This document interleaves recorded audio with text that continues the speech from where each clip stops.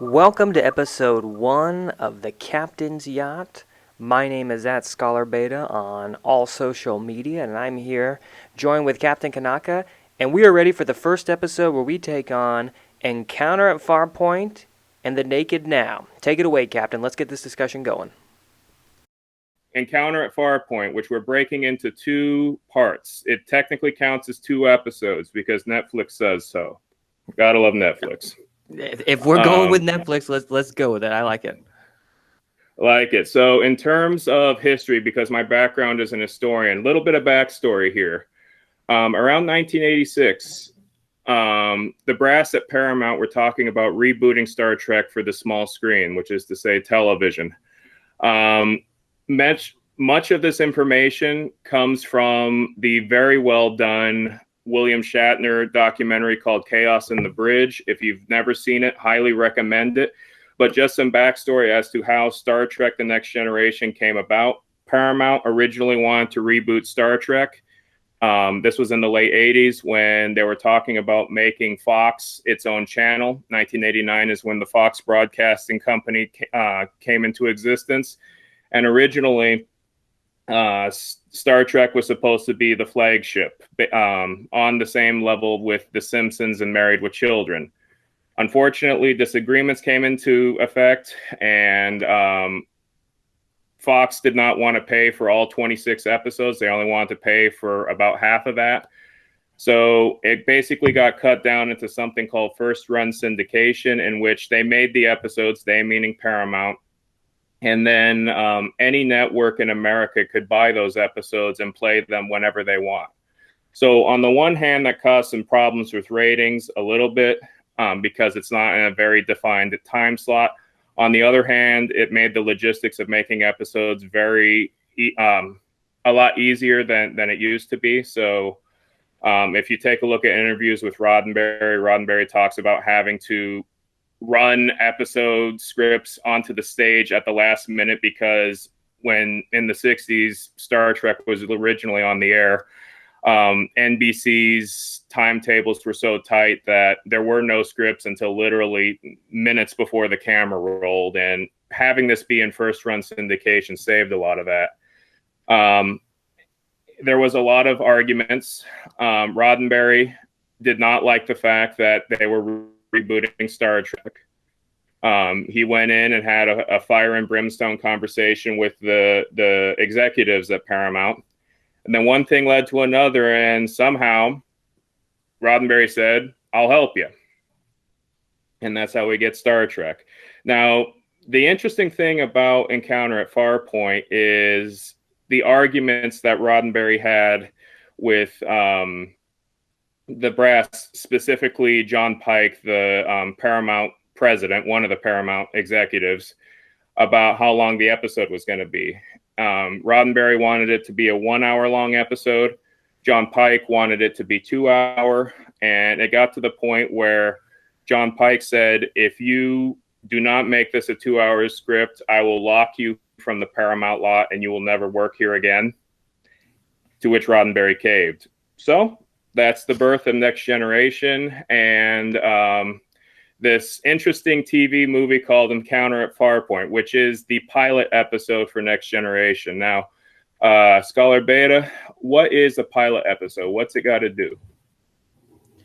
Hey, good question. I'm going to keep this pretty basic, try to cut out the jargon, but a pilot's kind of a marketing tool, right? It's a script.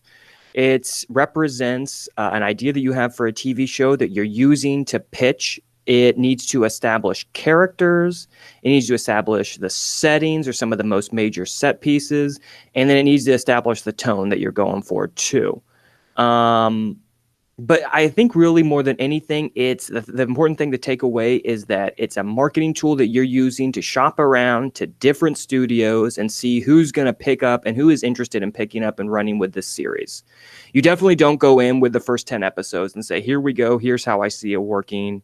Let's start reading all of these." Nah, it's usually that low budget first script that gets passed around, and that is what is developed into the series that we know today. Anything else I'm missing from that, super basic explanation of a pilot that you want to add? A couple of things just to add for purposes of history. Star Trek, the original series, usually what happens when a studio shuts down or turns down a pilot is the show dies. The original series has the reputation in television history of actually having two pilots. The Cage originally, and then Where No Man Has Gone Before Today. We didn't have that problem with Next Generation. It was an established brand, and the fact that it had that brand recognition basically made picking up the show easy money, so to speak. But yeah, I think posterity would benefit greatly from knowing that little tidbit. So with that in mind, Beta, there have been several different shows, Star Trek shows rather, in the universe. What is your favorite pilot episode? That is a very good question. I had to think about that for a little bit, and I'm going to kind of cheat and tell you what my least favorite is first, okay? Because I got a very brief story. To be honest, my least favorite, and this is going to hurt my Deep Space Nine friends, and it's a series I love very much, but Emissary is pretty weak. It is tough. I can remember showing that to 3 people I really cared about, and 2 of them falling asleep during it. I love that episode, but it is not a great pilot. There is a lot going on in it. It jumps around in time a lot. It is really ambitious, trying to set up Cisco, what makes him unique, his connection to, his role as as kind of an oracle religious figure, despite this being a science fiction television show.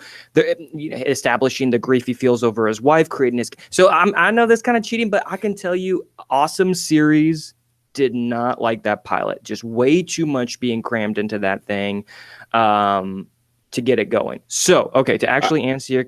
Okay, go ahead. Yeah, it sounds like you want to jump in really quickly. I gotta say, all your criticisms are legit in terms of the thing that rubs me the most about Deep Space Nine, and it has grown on me in the years since it's been on the air, is the attempt to blend mysticism with science fiction. That's the one part that, as I said, in the years after it's been off the air, it has grown on me. I'm beginning my own little sojourn through Deep Space Nine, and the emissary and mysticism thing is becoming. I'm accepting it more now than I did when Deep Space Nine was on the air. On the flip side, though, my goodness, that intro from Emissary. The Wolf 359, that was spectacular. So that alone, and Picard, his interactions with Picard post the Battle of Wolf 359 makes Emissary one of my favorite pilots. That said, though, I want to say that your critiques about the thematic stuff are definitely valid. I agree with you on that. We're gonna talk about how some series carry over to other series, and I didn't even think about how awesome it is that Wolf 359 plays such an important role in that pilot, especially Picard's role piloting that Borg cube or whatever he was doing, whatever Locutus was doing on that cube, and him being technically responsible for the death of Cisco's wife. So yeah, that's a great connection there that doesn't feel like fan service. It feels like they're trying to pull a very important in-universe moment to kick off this new TV show with. Okay, so my favorite, I'm going to say what my favorite is, but then I'm going to let you do the talking about it because I think you got more to say about this one. Honestly, my favorite, I'm going to the show that I grew up on, Voyager, and Caretaker is an excellent episode. People going to be arguing, and we'll probably talk about this, about the ending and whether it was right to blow up that the piece of technology that sucked them so far away from home. But wherever you stand on that feud, it just does a lot of really good things. It establishes the character, it establishes setting, it establishes the tone, it hits all of those. And I'm gonna turn it over to you, and I'm gonna jump on your discussion because I know this is one that you care a lot about too. So talk us through, why do you like Caretaker as a great Star Trek pilot? You cut out there a little bit, Beta, but with that in mind, it's funny you brought up Caretaker because I put in Caretaker only because I was almost certain, because we've been talking about Deep Space Nine before we started filming this episode, that you were going to pick Emissary. That in mind, I love Caretaker. As a 3-act structure, it's very compelling, which is something that Encounter at Farpoint definitely struggles with. I like the characters. I like the stakes. The ending, in terms of Janeway attempting to do what's right and protecting the Ocampa from the Kazon and stuff like that, I was okay with it at the time. I wish they would have done more with those characters. They attempted to create the Kazon as a stand-in for Los Angeles gangs, but then they said every time they wrote an episode, they came off as discount store Klingons. So I definitely understand the criticism for the resolution of Caretaker, but the characters are great. The premise is set up very well. And unlike other pre-Kurtzman era Trek, it sets up the long-form storytelling very well. That makes it one of my favorite pilots there. Yeah, the only other thing I would add is that point about compelling. The Caretaker moves like a TV movie, and I don't mean that in any pejorative sense. It moves like it was meant to be 90 minutes or longer, than your traditional episode. There's just a lot more going on in there that's interesting. We're talking about Trek's pilot. I'm sorry, TNG's pilot rather. And you can kind of tell some of that they didn't know what to do with some of the material in their pilot, and the compelling factor definitely goes away in the middle of the script. I think it has a great beginning, a great ending. We'll talk about that more, but yeah, compelling is Caretaker. Yeah, it got me into the series. I really like it. Definitely compelling.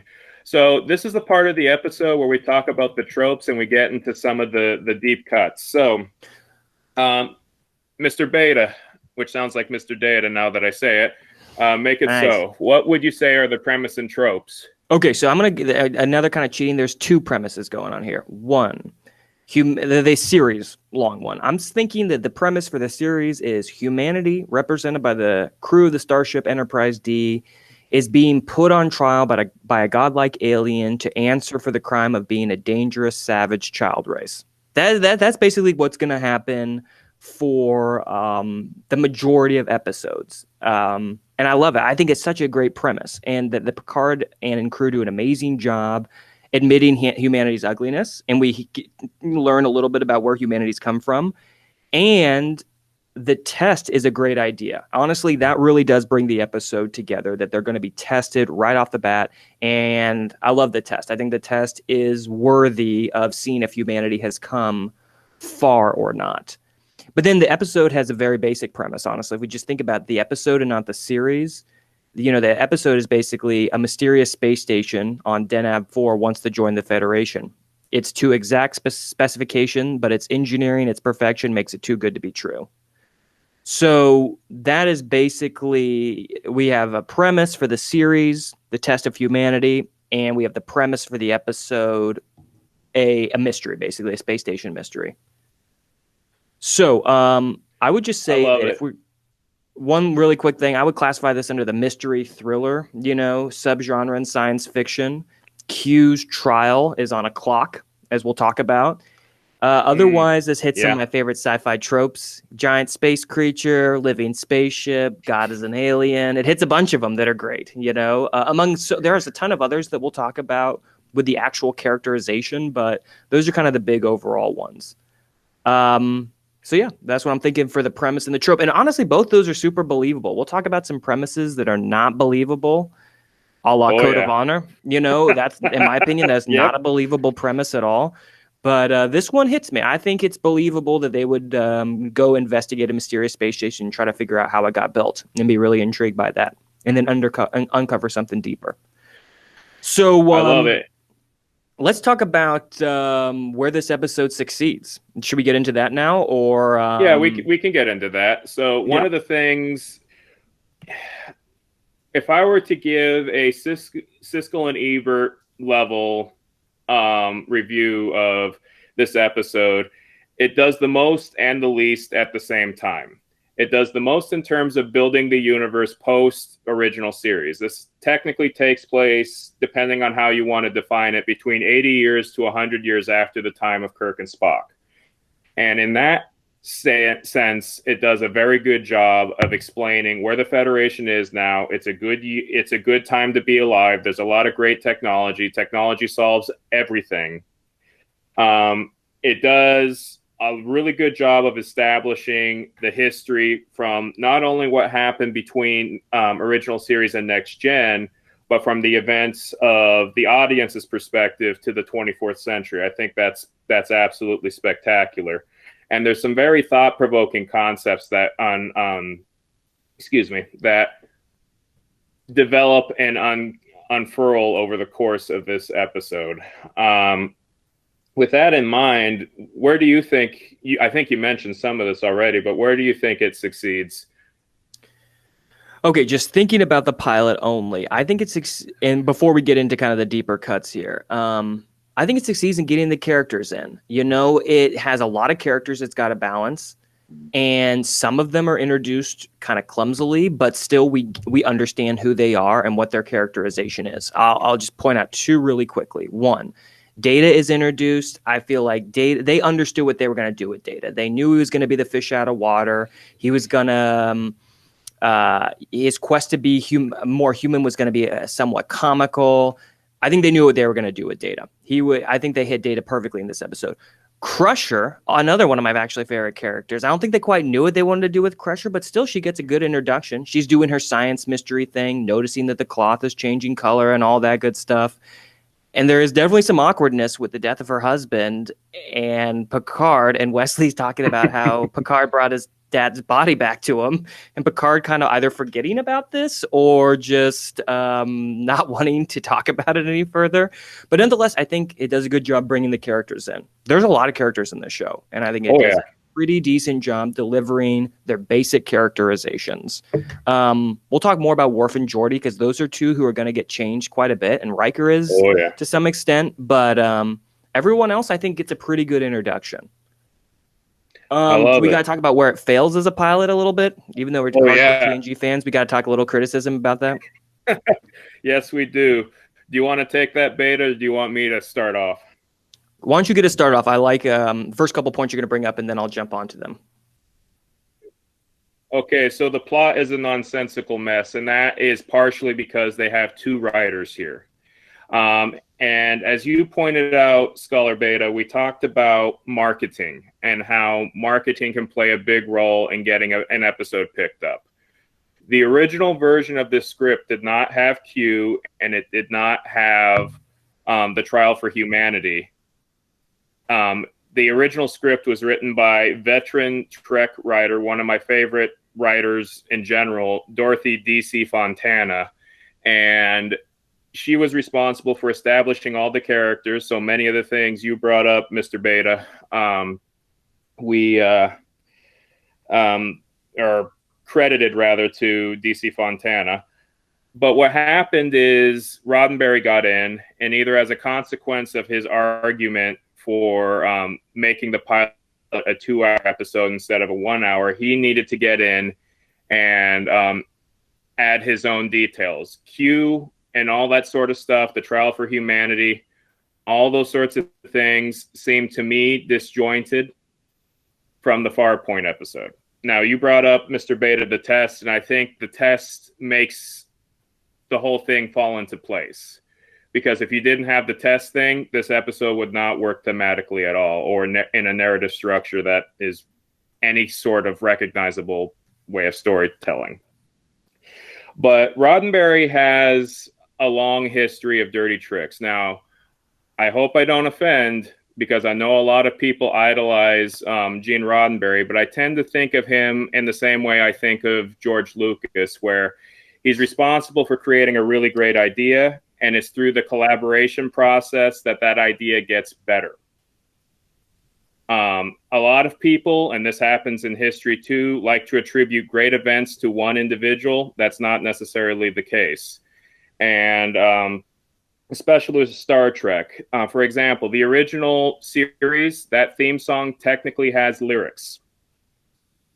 You will never hear the lyrics actually be sung, but Gene Roddenberry made those lyrics so that he could get 50% of the residuals, 50% of the royalties every time that show is played and every time that song is played. And he kind of did something similar with this story, in which he came in and grafted a subplot which definitely pays off by season 7. And one of the greatest, in my opinion, one of the greatest TV finales ever, All Good Things. But on the surface, it's a dirty trick because he came in, added some extra things, kind of disjoints the plot for 2 hours. And as a result of that, DC Fontana actually had to take him to arbitration with the Writers Guild of America, and they did a split credit, which means, just like the original soundtrack, the original theme song, Gene Roddenberry gets 50% of the residuals for that episode, and DC Fontana gets the other half. So that's the big thing. The plot is a semi-coherent, semi being the operative word, mesh of two ideas. And most of the action scenes kind of miss the point. The second act main event is rejoining the saucer section to the star drive manually. Wow. Yeah, I can't. I could not agree more. I just think they thought saucer separation was going to be so much cooler than it actually was. I mean, this was going to be the big thing. This Enterprise can split up into two. But the thing that sucks about that is that the saucer then kind of looks like kind of your typical flying saucer spaceship. But it's not spinning and it's not really doing anything cool. And then the drive section just kind of looks kind of naked without its saucer. It looks like it's running around without its clothes on, so to speak. It's missing it's missing a huge part of it, its iconic design. So you're absolutely right. The manual docking of the saucer to the drive is just not cool. It is not cool at all. There's nothing cool about it. And when I rewatch that scene, Riker basically just sits there and says, -3 degrees to the left, -4 degrees to the right, or something like that. And that's basically the action. Like, that's what we're supposed to be like on the edge of our seats for. So yeah, you're absolutely right. The manual redocking is pretty weak as far as a main action scene goes. The chase with Q was more exciting, in my opinion, way more exciting. And Q was represented as like a small bubble. So chase with Q is great, but I wrote in my notes here, the chase with Q is great, and I wrote in my notes, despite the fate of humanity hanging in the balance, there is no narrative thrust. Yeah. That definitely a thematic thrust. The main action set piece is parking the ship. Yeah, exactly. There you go. Yeah, I agree with you completely there. Great deal. Okay, hey, so we've got some of the base, some of the premises, right? We got some of the bases out of the way. We know where the pilot succeeds and where are some of the shortcomings. But obviously, people aren't listening to for a surface understanding of Star Trek: The Next Generation. People want these deep cuts, so I think it's time to dive in a little bit deeper. I think we already talked a little bit about Roddenberry's trick and stuff like that, but let's talk characters. Let's dive into the characters a little bit and who gets established, how they get established, what works, what doesn't. Let's start with your first point on Picard, and then because I kind of want to jump off of that. So what are you thinking about Picard? One of the things that becomes painfully clear, because I've watched all these episodes before, but then in preparation of this show, I watched them again. It becomes painfully obvious that the writers wanted to make Picard the anti-Kirk. Kirk was an adventurous man, went out, womanized, fought the bad guys. The first 2 episodes especially, he starts gaining traction and code of honor of things. But the first 2 episodes are established as him being everything Kirk wasn't. He's reserved. He's really strict. He has no patience. And he seeks surrender over conflict. That's the biggest criticism of Picard I can think about, because we spend so much time developing this great confrontation between the Enterprise D saucer and Q, and it's all built up to be great. You got photon torpedoes, everything's going to be great, and then all Picard does is say, "We surrender." And with that in mind, again, he doesn't. He acts when he meets Riker, he doesn't have a congenial side to him. He does not try to establish any kind of relationship. It's all by the book. It's all very stiff, and it's all very dry. And again, everything Kirk wasn't.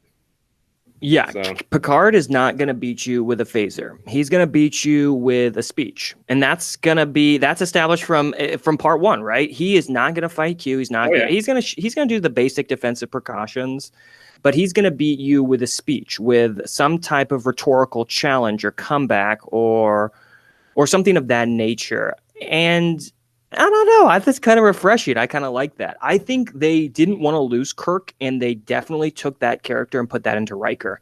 In fact, when I was looking at Riker data stuff, especially in this first episode, it is so reminiscent of Kirk Spock.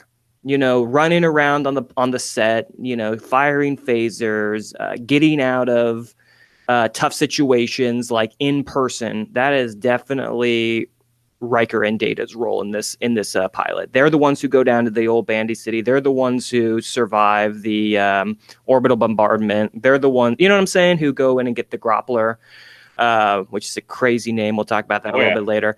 But yeah, I can definitely tell they're trying to take Picard, do something very different with the captain, but they still want to preserve that Kirk action young man character. So they got to kind of, and they said they feed that into Riker, I think.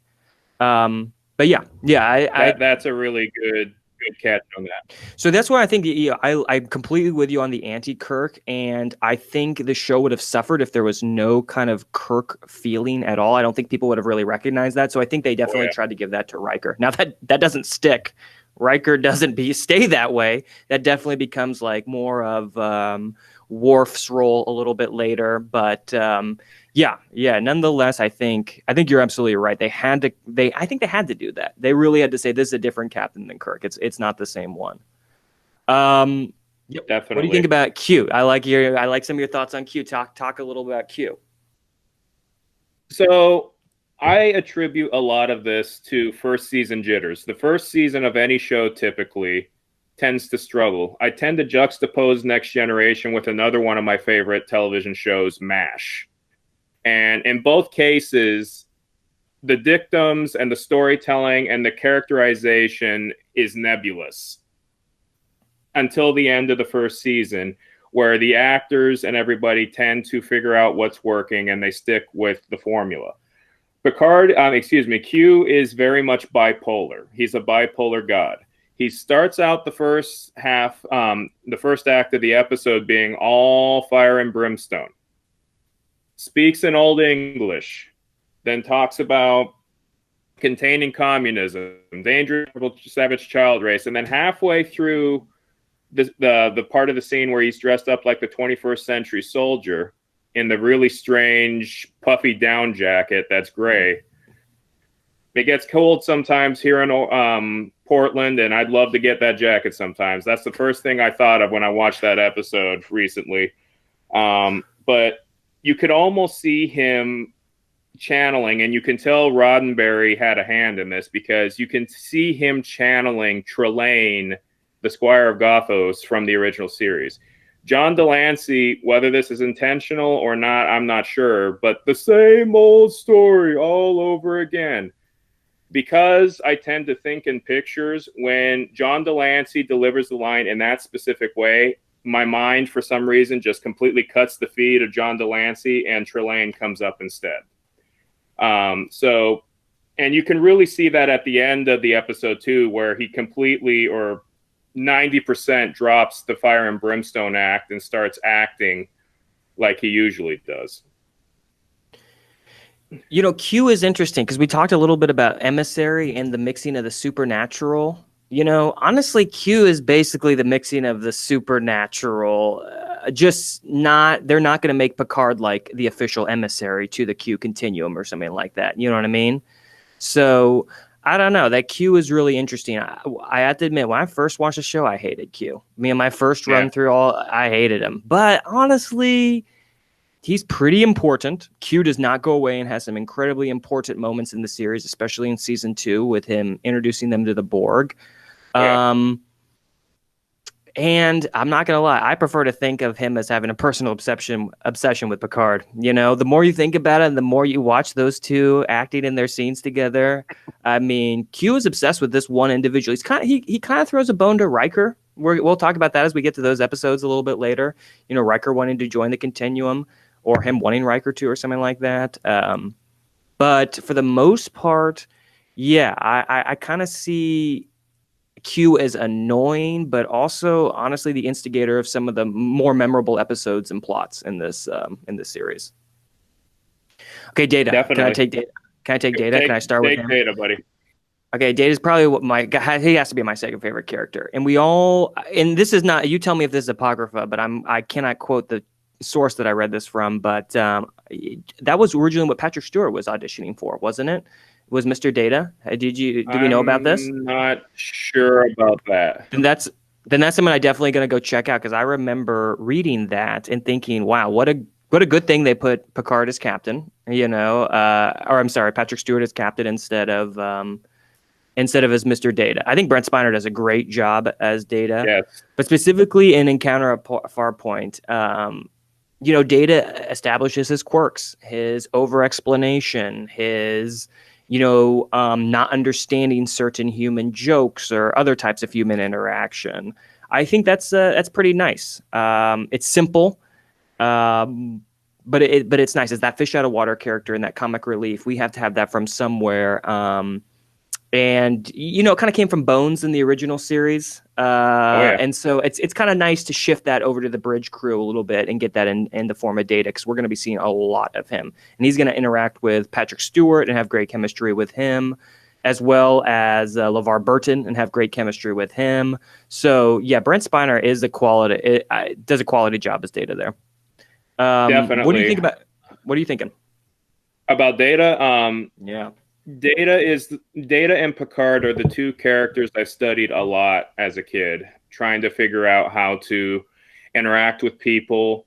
The fact that Data speaks a lot to me, and he spoke a lot to me during my childhood, given my neurodivergent condition. I studied Data, and just like with Picard, I have many of Data's famous lines and mannerisms completely memorized and ingrained in my brain into something I call my social matrix, which incorporates all pop culture, but it starts with Star Trek. I absolutely love Data. I love the random tics that he has. I love all the sorts of stuff that he does where he will stop the scene to ask a question. And things that, and I told this to a student recently who interviewed me about science fiction. Data is what science fiction is supposed to be, because it examines parts of the human condition that many people take for granted or don't examine.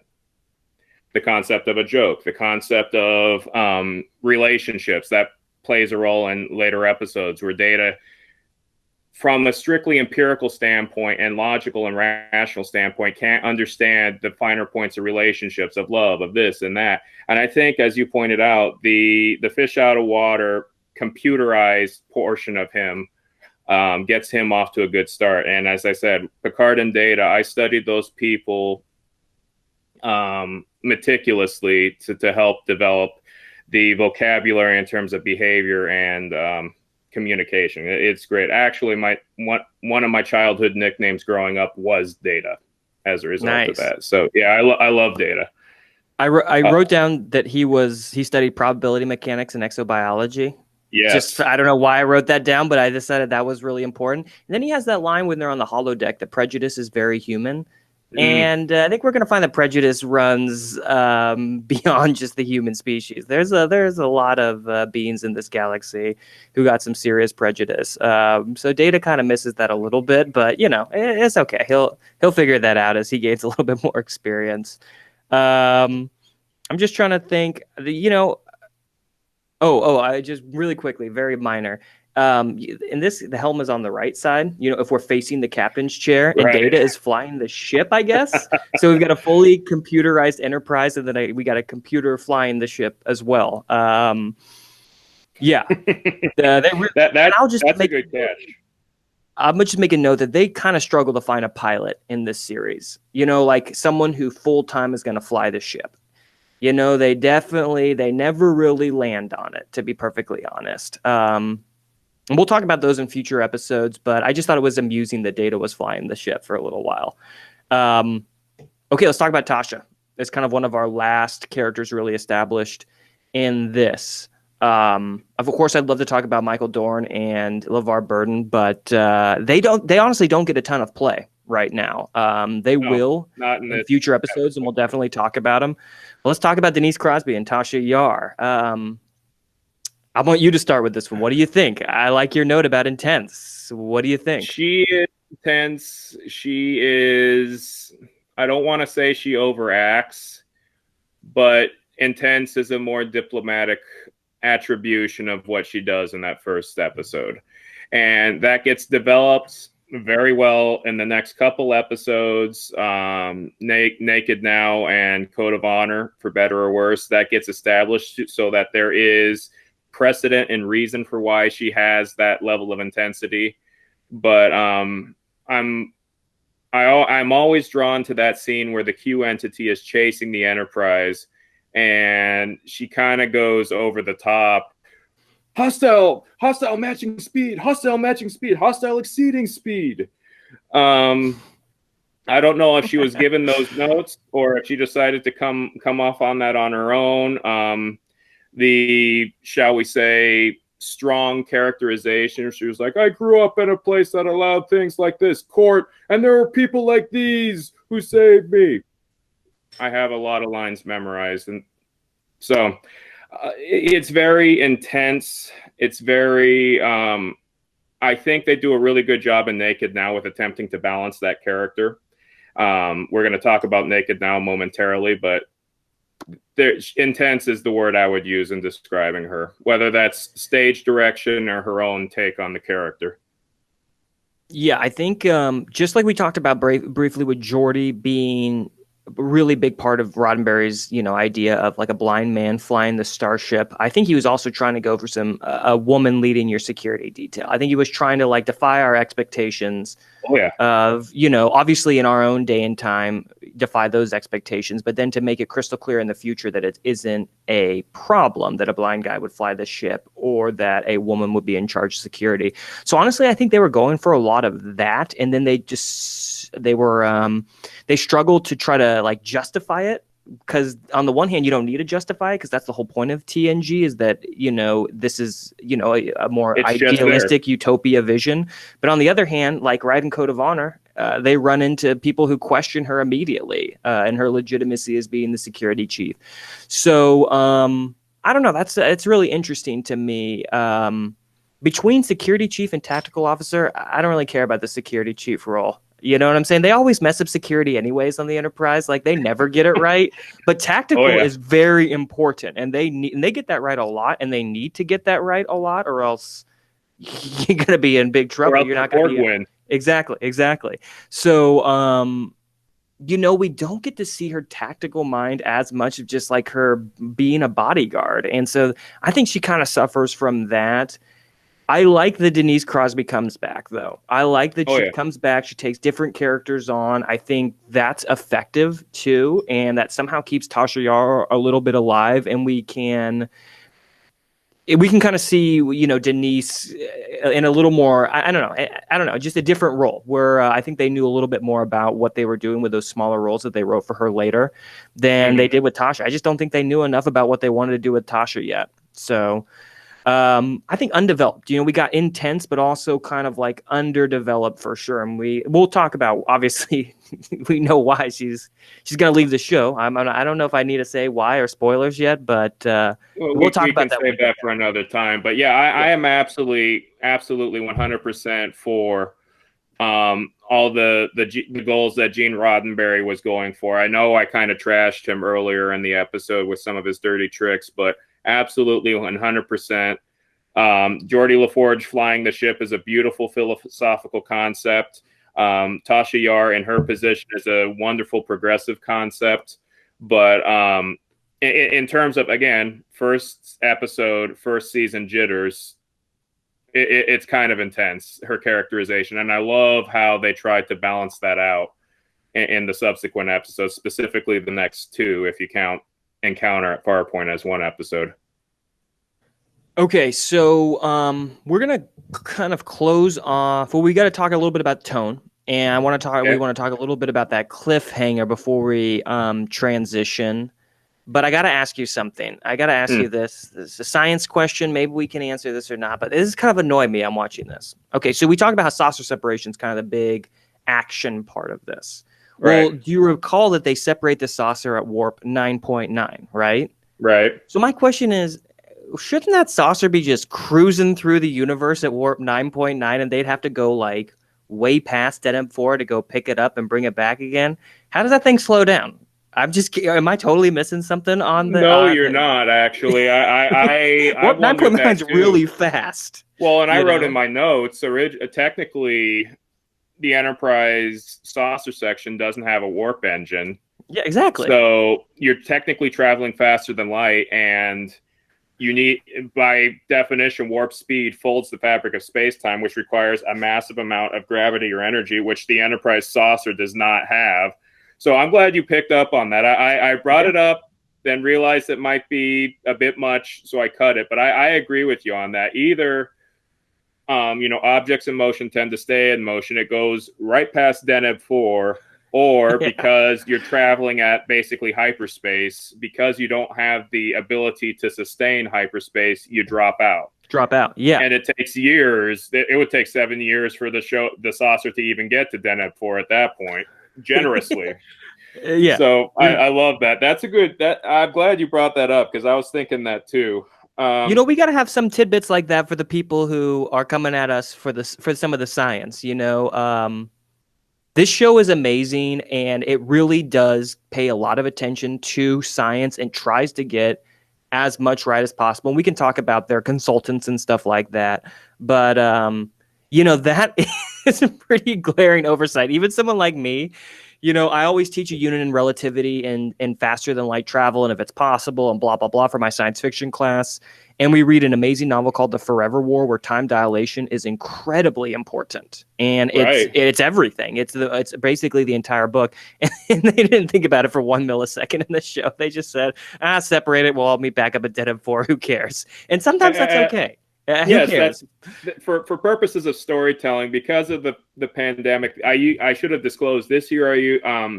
Normally in the summer I do public history projects for organizations. This year I because there were no public history projects to be had, I wrote Star Trek fan fiction. I rewrote season 1 of Picard. And when I was wrestling with some of those concepts that you were talking about in terms of scientific logic, there comes a point where you could spend 5 to 10 minutes talking about the scientific plausibility of something, or you can attempt to minimize that a little bit in favor of characterization. And they went with the latter there. But I'm so glad you brought that up because it gnawed at me a little bit when I watched this. I was like, okay, the Enterprise saucer doesn't have a star drive. So one of two things just happened. Yeah. And I think a note for our future listeners, let's probably try to pick up on some of that stuff. I'm sure they will pick up on it and they'll be able to be like, wait, why didn't you talk about this science phenomenon that doesn't make any sense? Yeah, they'll say that in the comments, I'm sure. But let's try to catch them if we can. Just see what we notice. Not, full disclaimer, neither of us teach science, but at the same time, I don't think you necessarily need to be a science teacher to recognize warp 9.9 would be kind of crazy in the saucer section. The fact that you make a legitimate paycheck teaching science fiction lit makes me extremely jealous. I have to crowbar science fiction into my history lessons. You do it naturally. I love that.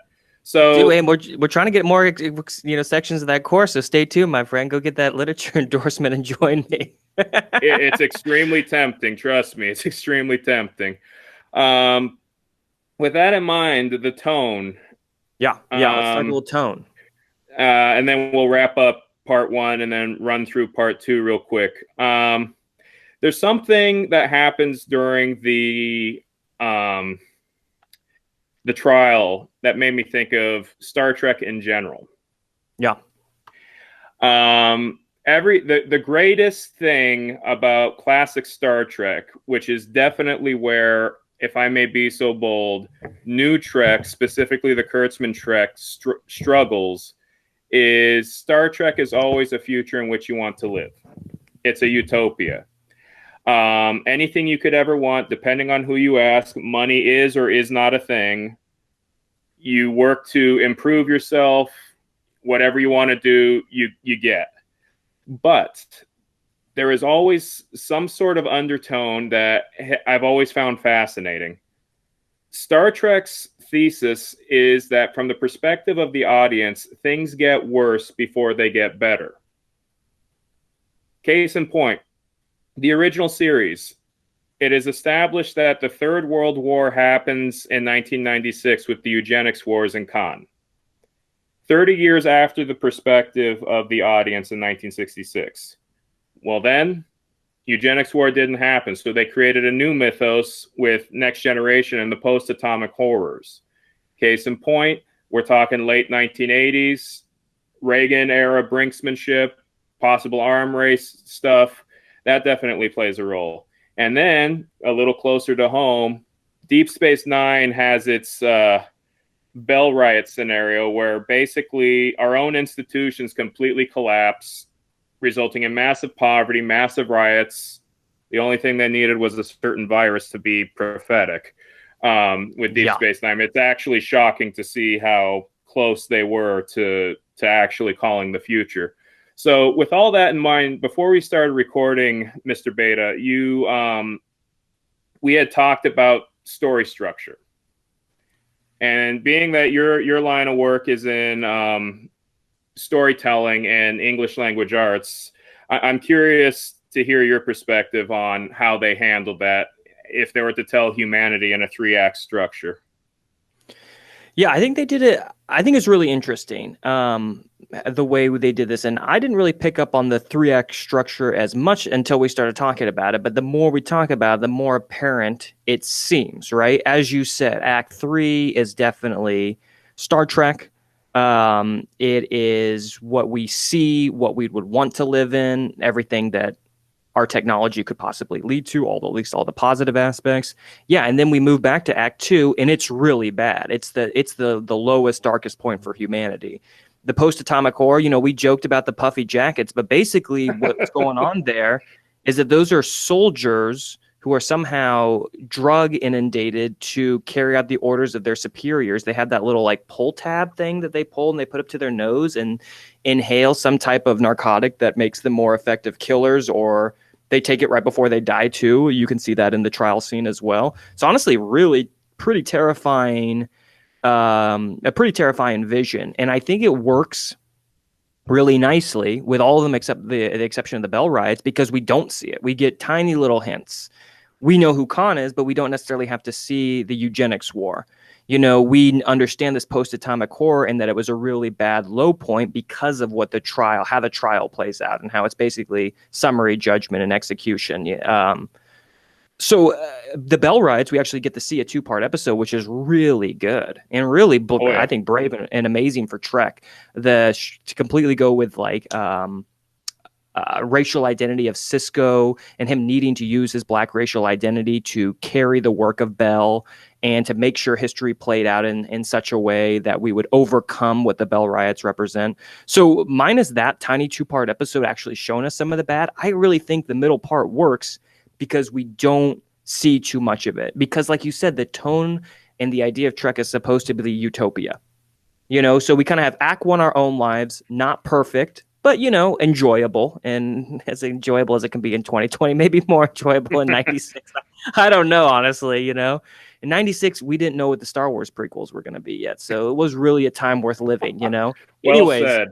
so we have that mode of our life where things aren't perfect, but we're striving, right, to be that more perfect union. Are we? Anyways, then it gets really ugly. And then, yeah, we reach a lot more of our full potential as humans. And I love that. I think that's an amazing structure. And you'd think that'd make a boring story, but it obviously doesn't because there's so many episodes or moments from the third act that we get where humanity's kind of in this utopia. Just because we have all of our technological needs met does not mean that all conflict has been resolved. And that's basically what the show is about. This isn't just technological determinism where because you have the best technology, it shapes how you are. This is a lot more of, humanity still figuring it out just now on the galactic scale instead of the, Earth political scale or Love even it. the country political scale. So yeah, I great observation there about the act structure. Had not thought about that in the great scope of Trek. And honestly, last thing, I know you got something you want to say on this. You're kind of right. The new Trek, if we then add like say a fourth structure or fourth act where that's Picard or newer Trek, that stuff's pretty ugly. Yeah. That stuff is pretty dark. Um, we will save all discussion about Picard for a Picard's that is the show for a Picard Star Trek a podcast. So let's I'm gonna hold my thoughts on Picard Me for a too. little while.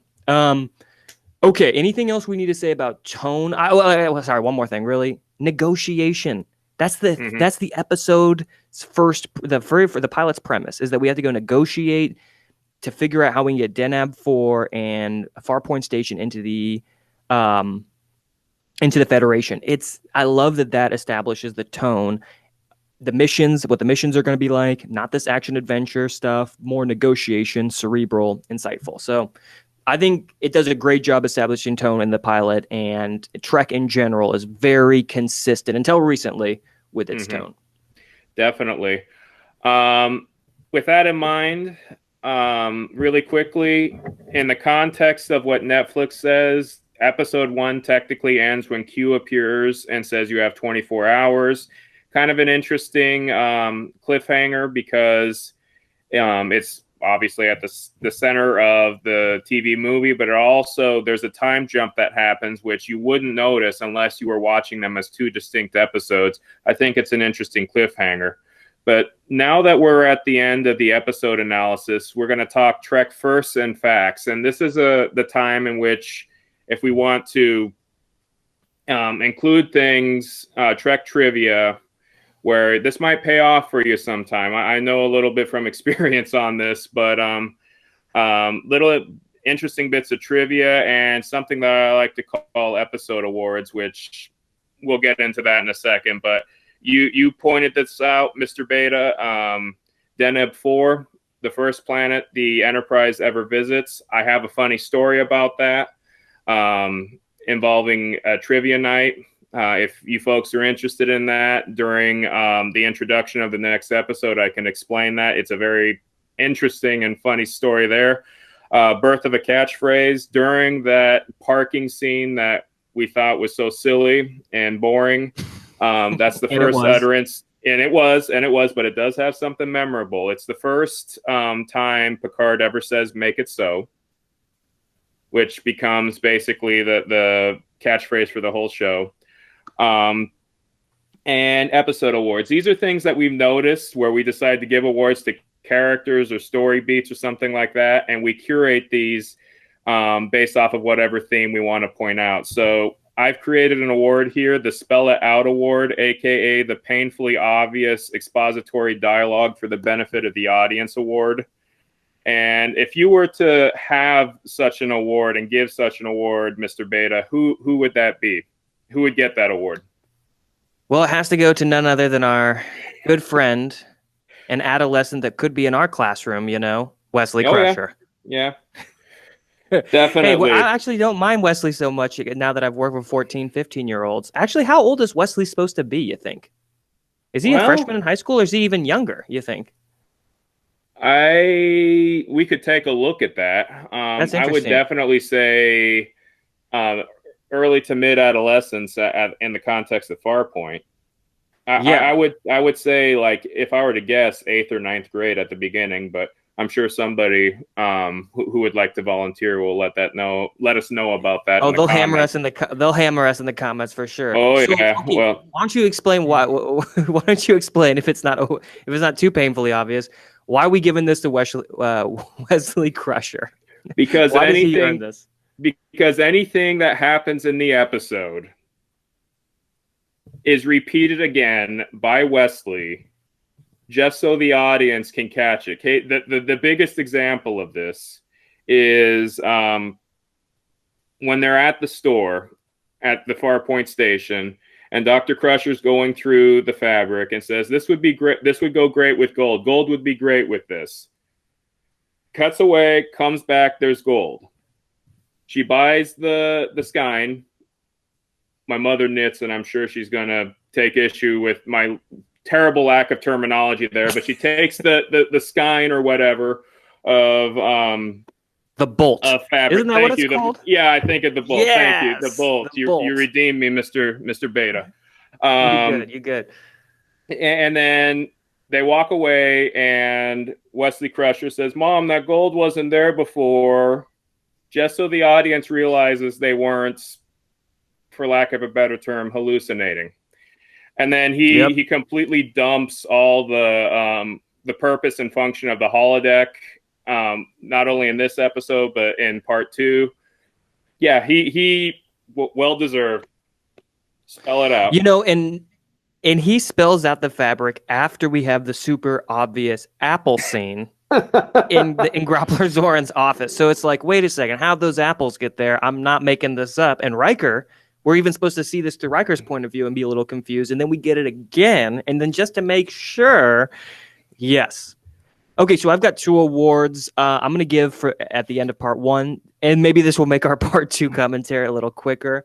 My awards are going to be salute to matte paintings. That matte painting of Denab 4, I love it. Now I got to say that Farpoint Station, that's a model, and it's awesome, and I love that it's a model.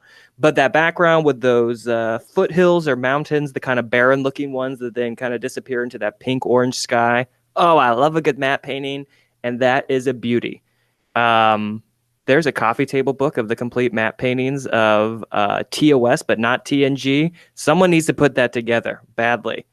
Okay, and then Enterprise interiors. I'm just going to give a quick salute to the battle bridge. Again, they thought saucer separation was going to be so cool that maybe they thought we were going to see this a whole bunch, but it's over on stage 9, or it was over on stage 9, the Paramount lot, and they ended up using this a whole bunch more for like enemy starship interiors. So what the battle bridge started as would later become, the interior of various starships that Picard faces off against. And I actually tried to do some reading to figure out where that ready room, if they ever redressed the ready room set from the battle bridge. Still looking for that. So if anyone knows in the comments. And then a shout out to the silly engineering elevator that Picard rides in the first 5 minutes of the show when he's touring the Enterprise. It's a really silly, very slow moving elevator that takes you where a ladder could take you, much slower. But you gotta have it because it's kind of cool. It's silly, but it's kind of cool. So those are my shout outs for Enterprise interiors and awesome matte paintings. I love it. Now this is kind of a cheat because this is technically part 2, but just to tie up some of the things that we said for part 1, and this might save us time, dear reader and dear viewer or audience. So we could talk about this for an entire afternoon, but real quick, the Riker and Troy thing. Yeah, their characterization very much Decker and Ilia from Star Trek: The Motion Picture. Who themselves were supposed to be part of the original Star Trek spinoff, Star Trek Phase 2. They brought it back. Very quickly, there's obviously more than they're letting on, and they explore that more in Naked Now between Crusher and Picard. Yes. But I was watching the scene where Crusher is on the bridge, and I thought of something, and apparently some parts of the internet back it up. There is a fan theory that Picard is possibly Wesley Crusher's real father. What's your opinion on that? Wow. Okay, so from a fan wanting everything to make kind of magical sense in a universe, wouldn't that be great? But honestly, from a literary standpoint, I think it's way more interesting if Oh he yeah, struggles with Beverly and his relationship with her because he sucks with kids, which I want to talk about in a second because he's not that bad with kids. He really just needs to see a therapist who is on the ship because he's honestly not the worst person with kids on the Enterprise. I give that to Worf, honestly. But that's true. I can kind of I have my own internal headcanon about some TNG things, mostly incredibly minor characters that we never see again. I like to imagine what they go off to do and who they end up hanging out with in the future. But as far as Wesley Crusher, being Picard's son, that maybe, I can maybe ish, but I like it better if it's not. I like it way better if it's Jack's son and Jack died and Picard was responsible for that. And that creates this tension. That's just to me way more interesting on a human level than dun dun dun. It just kind of reeks of Vader, Luke Skywalker stuff. And like, Oh yeah. you know, I love that reveal, but my goodness, so does everyone else. And everyone now wants everyone to be related. And it's just, meh, Fair you point. don't have to be. You don't have to be. You can still have Defi- great character interaction without that. So that's Definitely a my thought. fair. No, I love that, and that's something that I like it the other way. But when I watched it, and because of the awkward tension that happens, where he goes, "Oh, is that Wesley?" and then it just awkwardly pans for them. Um, yeah, I just thought I thought I was being original. I wrote in my notes, "Can you say paternity suit?" Yeah. But then I looked at something on whatculture.com, and apparently that's a thing. So I figured we should address the thing. Yeah. To wrap up, because I think we've said a lot of what needs to be said about the encounter at Farpoint. John Pike, the president of Paramount, or one of the executives, talks about this episode not having an ending. Hmm. What is your opinion on that, given that between the two of us, you get paid to talk about stories? You know, okay, so it actually is really fascinating because before our pre-interview talk, I didn't know this was written by two different people as basically as one episode, and then they added the trial in. And honestly, I like the trial stuff a lot more, just as in terms of like literature, than I like the Farpoint stuff, to be honest. So, anyways, what do I think about the ending? I think I laughed at the ending. I'm not gonna lie. When the little jellyfish hands do, when they come together very slowly and then they intertwine their little jellyfish fingers. I mean, obviously that's the ending. There's no way you can say that's not the ending. The ending is, and they solved the mystery, and the captured jellyfish floated up to its mate, and they lived happily ever after. I don't see how that's not an ending. It's kind of a cliche ending, but it's a great ending when you think about the test. The test was, am I just going to do humanity as normal and fire all my guns at this mysterious floating object that's, bombarding the planet's surface that kind of wants to be a Federation ally? Or do I kind of think this out? Do I slow down, think way more critically about what's happening, what possibly could happen, and treat this like the science mystery that it is? Because it's a science mystery. This is not a action adventure show, even though they wanted it to be with that saucer separation. But yeah, I think from a science mystery point, mystery solved, themes explored and resolved. Especially Q is like, yeah, fire those phasers, shoot at them, right? Blow them up, get rid of them, fire all phasers, shoot all torpedoes, or what. I know Q says something to that extent, Mm-hmm. and they don't. And I think so. I see resolution there. A lot more resolution than you get in some other episodes That where it that just is is like true. and cut and now we're all back together again. That You know, that brings up something. There's a made all the plot lines. I write in my notes here that there's barely an ending, and yep, that was in my notes. But you sold it that because of your analysis there that you just pointed out. There's more of an ending than I originally thought because all the dangling plot threads about the Deneb 4 becoming part of the Federation, having a star base there, all those sorts of things, all that is completely resolved in one throwaway log entry by Captain yep. Picard. Oh And yeah, in the concept, I give that a pass because of screenwriting. I read something recently, actually, it was a video essay by Filmento on YouTube, which Nice. talks about screenwriting being the battle against the clock. In regular literature, you can be as long and as colorful as you want, but in television and in movies, the clock is your worst enemy. You have between 90 minutes to 3 hours, if you want to get generous, to tell a complete story with complete characters, with complete payoffs and setups. Case in point, one of the episodes that I wrote for my Star Trek Picard rewrite dealt with the crew of the U.S.S. Destiny, which Picard is on as an ambassador, coming across a thing they hadn't seen before. And I wrote that specifically because I wanted to establish all the characters on this show that I created. And I only say this because one of the books I've been writing, a historical book, is on the history of baseball in Oregon. And that book has 55,000 words. My Star Trek fan fiction, that particular episode, because I wanted long and colorful characters, had 46,000 words.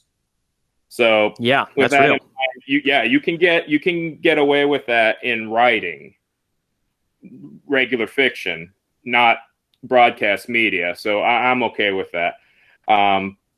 In turn, facts and firsts, I have some facts. The overhead lights in the transporter chamber are the same platform lights for the original series.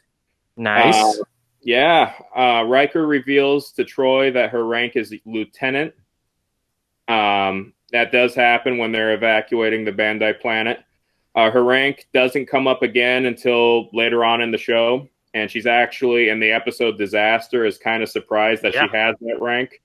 So wait, she's a lieutenant, and then she's a lieutenant commander, and then she's a commander? Something like that. We'll have to take a look at that to be sure. But I thought it was interesting because thematically it makes sense because of the relationship they have that's established. Imzadi, beloved, and then stuff is blowing up around them. Riker says, "Get out of here." She says, "I want to stay." And instead of referring to her as Deanna or Imzadi, he refers to her as her rank. Yes, which is characterization that is expanded more in Naked Now, but that's something that I think definitely needs to be pointed out. Hey, yeah, let's talk about that for one more second. I noticed that I feel like they're trying to set up a couple relationships in this pilot, for some sexual or at least some type of tension, right? I feel like Riker Troy, they're trying to set up, and I feel like they're also trying to set up Picard Crusher. They definitely a lot more in Naked Now and then in Arsenal of Freedom and a couple other episodes too. Yeah. But to be honest, it's so interesting is as much as they're kind of shoving that in early, it never pays off really. You know what I'm saying? No. Like it does a little in the films-ish, at least for Riker and Troy, but it's so interesting that even though they're hinting at these relationships developing, for the most part, these people stay single, right? Yeah. I mean, Troy dates Worf for a little while in the present timeline, so like that is official. But honestly, I thought Deep Space Nine, talking about that, had a little more interesting human drama and relationships going on in it. Definitely. And I think that's really fascinating that at least they're trying to put some of that in here. Like there is some obvious romantic feelings, but it is kind of sad that they never really get to work on that. I guess in a possible future timeline, we see Crusher and Picard together, but in All Good Things. We do. But we don't know. Is that the actual future timeline? Is that just one of many? Who can say if that officially panned out or not? So, yeah. I just think the relationship bit is really fascinating. You can definitely tell they're sowing the seeds. Yeah. So that honestly kind of goes into your next segment where you say goes nowhere, does nothing. I'm gonna just put that under there because Imzadi, as great as that is, it really doesn't go anywhere, and neither does that tension that Picard and Crusher feel, honestly. So, what else you got for goes nowhere? You mentioned one of the awards. Yeah. So you just that's a new kind of award. We're making new awards this episode because it's our first. The GNDN For those of you who may not know, that's the specific code that they wrote on piping on the original Enterprise set. And the joke was goes nowhere, does nothing. So if you see those sorts of things on the Enterprise set or any kind of ship, and you see the letters GNDN, GN/DN, that's what it means. And Mr. Beta, you just christened a new award. Goes nowhere, does nothing. Wesley mentions a low gravity gym. I'm Yep. not sure we saw that. The only thing I can think of that even remotely approximates a low gravity gym is where they play Parisi squares. Oh yeah. Maybe that's what it is. I don't know. Good point. But Yeah. I'm sure somebody who's more qualified on that will be the authority on that. Another GN award. Riker and Data clink phaser barrels before taking aim at the alien force field to free Groppler Zorn, excuse me. Yep. And considering how technical Roddenberry got with his universe towards the end of his life, if you take a look at the novelization for the motion picture, Kirk allegedly has some sort of broadcasting transmitter in his brain that Starfleet can activate whenever they want and basically remote control Kirk. Oh. Yeah, that's a thing. So considering how buried in the technical aspects, thank you. But considering how buried how buried Roddenberry gets in the technical aspects of his universe, case in point, one of the writers that was hired, Maury Hurley, who was one of the head writers for Miami Vice before coming over to Next Generation. One of the greatest insults that Roddenberry could think up was, "You don't know the difference between shields and deflectors." So got it. Nice. In Trek world, that's an insult. Everywhere else, it isn't. But considering how, and I might be making a mountain out of a molehill here, but considering how very buried in his details towards the end of his long and storied career, that might have set up something. I don't know. Another award that I want to promote is the Facepalm Award, the classic meme Picard Facepalm Award. And this came out rather recently in honor of the Next Generation pilot. Marina Sirtis talked about this because this marked an anniversary year for that, the broadcast of the encounter at Farpoint. And that's what the Facepalm Award is, the most embarrassing addition to the Trek universe. Marina Sirtis recently spoke out about how short her uniform was during the pilot, adding that she had to cross her legs, quote, and this is a quote, cross her legs so no one could see what she, to paraphrase, had for breakfast. I never noticed that at the time, but then I read that article and then I watched the episode, and my God, that uniform is real small. And then you notice that she doesn't wear it again for the next couple episodes. That's strictly, to my knowledge, being that it's been several years since I've seen all of season 1. The next couple episodes, she wears a purple gray outfit, but not the galactic cheerleader, as they call it, uniform. But that's a facepalm. Okay, we got to do one more facepalm, though. And it is during saucer separation, the dude in the command skirt. Okay, you know what I'm talking about, right? They're separating the saucer and they're evacuating people to various points in the saucer, or I suppose that's what they're doing. That's where the civilians are going.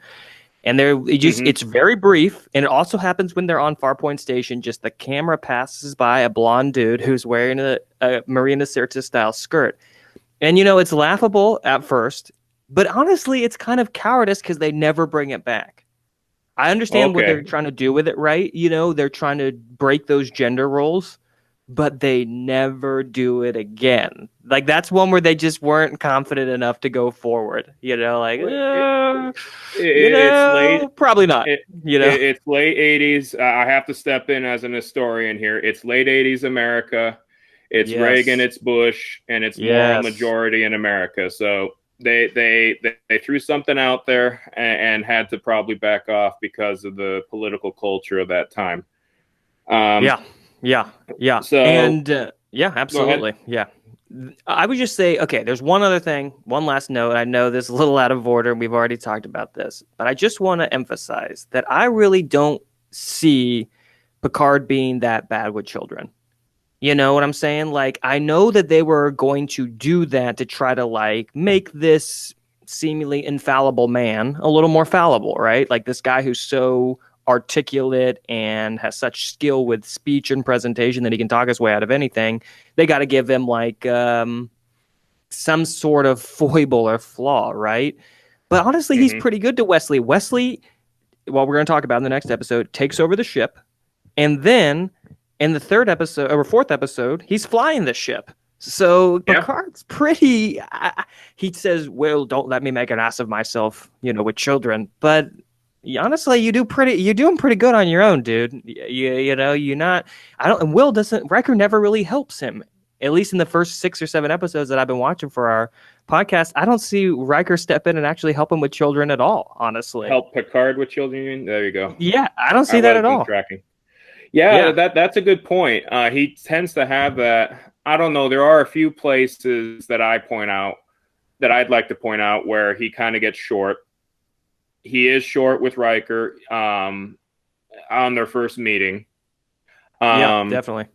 when the He's alarm not a nice goes guy. off and Riker, excuse me, and when the alarm goes off and Wesley says perimeter alert, Picard's disposition changes on a dime and starts yelling at Wesley. So there is something there. Yeah, And a definitely. lot of people remember that for some reason more than the points that you point out. But I agree. In terms the timeline by which his relationship, Picard's relationship, that is, with Wesley improves is shocking considering the writers are attempting to establish that he's not good with children. I agree with that. That's a good point. Yeah, and that's the only thing I'm trying to get off. And like we talked about earlier, and this is the pilot. Some of it's gonna stick, some of it's not. You know, and some television series, the pilot is never really referenced again, or you know, True. it basically exists on its own, and then the regular season launches, or they reshoot the pilot with new actors and such, or they remake it in order for it to fit in a little bit more with the continuity that they had. Or that they started developing in the writing process. So I don't know. I think it's just one of those things that they thought, just like sausage separation, put that under the we're going to pay a lot of attention to this. Oh no, we're not. This is not really going to come back too much. Okay, Exactly. All right. So let's bring it home with Naked Now. let's do it. All right. Welcome to the last part of our pilot episode The on home Star Trek: The stretch. Next Generation. Yep, we are in Seventh the inning home stretch stretch right now. here. The Naked Now. Why don't you get us started off with your notes about universe building versus cheap fan service? Because I have some stuff on this too. So this is something that I was thinking about when we were watching this video, watching this episode. There seems to be, because of the times that we live in and the argument that there's no creativity anymore, there seems to be a lot of criticism where if a franchise that has been around for a while mentions something that's happened before, people are quick to point out that it's cheap fan service. Yeah, There is, not to get too much into it, but that's one of the main criticisms for the most recent Star Wars movies. facts. Yeah, again, that's a discussion for another time. So I wanted to explore very briefly what qualifies as an operational definition of legitimate universe building versus cheap fan service. And there's a little bit of both in this episode, I've noticed, and I'm curious to see your perspective on this, Mr. Beta. So Yeah, the best example of universe building from my perspective is the Wrath of Khan being a buildup of Space Seed and expansion of that resolution. yeah, exactly. And that's I don't think anybody would try to point that out as cheap fan service. It's one of the greatest Star Trek stories ever told. But then you take an example of, I hope I don't offend, but Star Trek Into Darkness, which in my definition of fan service versus legitimate universe building, that is the cheapest of cheap. When you straight up lift dialogue. When I was watching that movie in the theaters with my wife and they're in that radiation chamber. I called the dialogue before it happened. Absolutely. That is definitely cheap fan service, and for better or worse, there's good examples of both parts, universe building and cheap fan service, in this episode. But I'm curious to see your perspective on this, Mr. Beta. That's really interesting. I'm thinking of like, when, I know this is going to sound strange, but when did fan service become a thing? I feel like it wasn't necessarily a thing when this TNG pilot was being filmed versus what happens in cinema or film franchises. You know what I'm saying? I don't know why that I'm struggling with this idea, but for some reason I'm just curious, like, when fan service actually launched as an idea. Okay, I'm just gonna set that one musing aside. But what I'm actually thinking also is that fan service has a ton to do with either selling a particular product, like inserting something into a film for no other reason than then obviously it's marketable and will help either sell the film, or it will sell like a t-shirt or a video game or an action figure, I guess is honestly the real example, that it wouldn't be able to sell without it being just smashed in. So I know that's not a great explanation or really even an answer to your question, but something I'm really thinking about with this idea is that, when did fan service become a thing that was really objectionable? Am I confusing that with product placement? I know I'm kind of calling them similar things, but when did it become a real thing? And is fan service connected to just cheap ways to connect yours to a different film that came before that? Or is it more of like I'm trying to sell a product and just smash it in there? It's probably a little bit of everything. So I would I don't know. agree with you. And from my perspective, historically, you could make a very compelling argument that it began with the J.J. Abrams reboot. It may, yeah. Because, well, are we talking Trek or Star Wars? Because I think it's good. Yeah, it's the there in J.J. both. Abrams reboot of Star Trek, where it was less about, and Red Letter Media does a great examination of this. It was less about let's make stories with characters and a continuation of the universe, which they do attempt to some degree in Star Trek 09, the J.J. Abrams reboot. But it's more, remember Kirk, remember set phasers to stun, remember beam me up, Scotty. I think if you were to pinpoint a place and time where fan service started becoming the norm and nostalgia trumped or superseded substance, I would say there's a pretty good argument for Star Trek 09. And then J.J. Abrams, there seems to be a trend here. I don't know. Read into that as deeply as you want, but Force Awakens again in 2015. Yeah, and I feel like the big problem with fan service is that, while on the one hand you're going to connect it to, maybe you'll be able to pull in a little wider audience, the fans themselves are always going to be able to smell it and detect it. You know what I'm saying? There's not any sort of shortcoming or short amount of data that people put on YouTube showing all the fan service in various films that have come out, and Marvel films and Star Wars films and Star Trek films. So honestly, to be honest, by the time we're starting nitpicking on fan service, there's a million things that are wrong with the film before that. I'm not saying it's not a cool issue to talk about. I think you're absolutely right to bring it up. But I don't know. When we start having to talk about that, I think it's indicative of much larger substance issues with just the storytelling itself.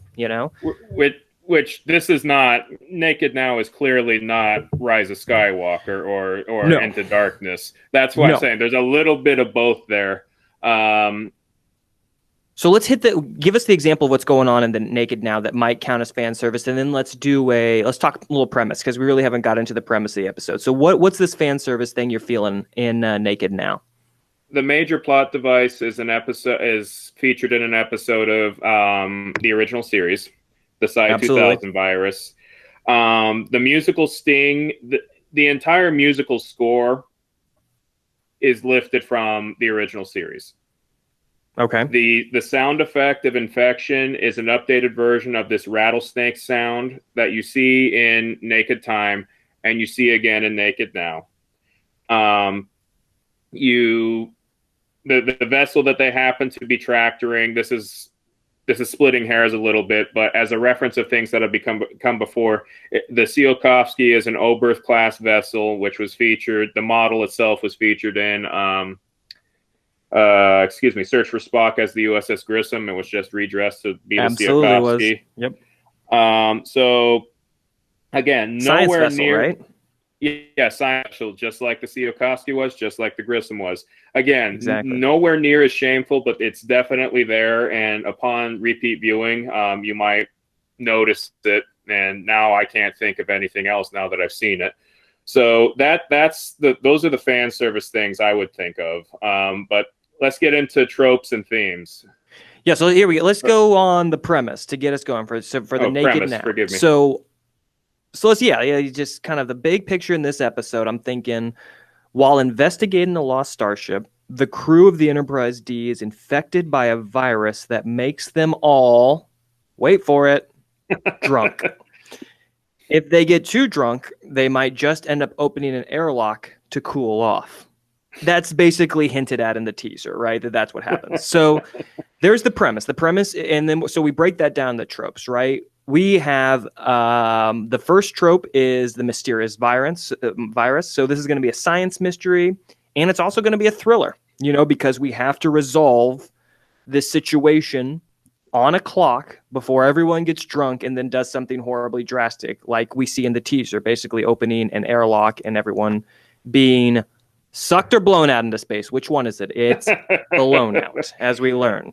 So, yeah, that's the premise. Those are kind of the big sci-fi things we're dealing with. Yeah, go ahead. Sorry. Considering we both deal with adolescents, neither term is acceptable. Honestly, very bad. Pushed would probably be the better. You're pushed out into space. Expelled into space.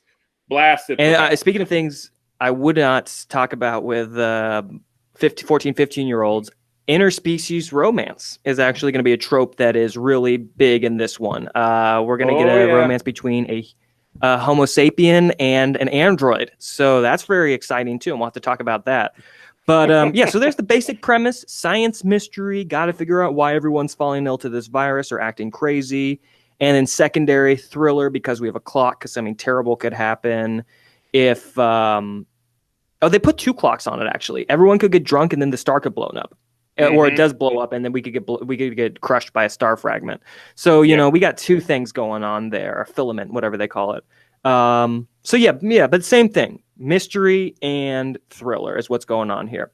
So okay, should we get into some deep cuts? Where does the naked? Let's talk about where this thing succeeds. What are you feeling? This is something.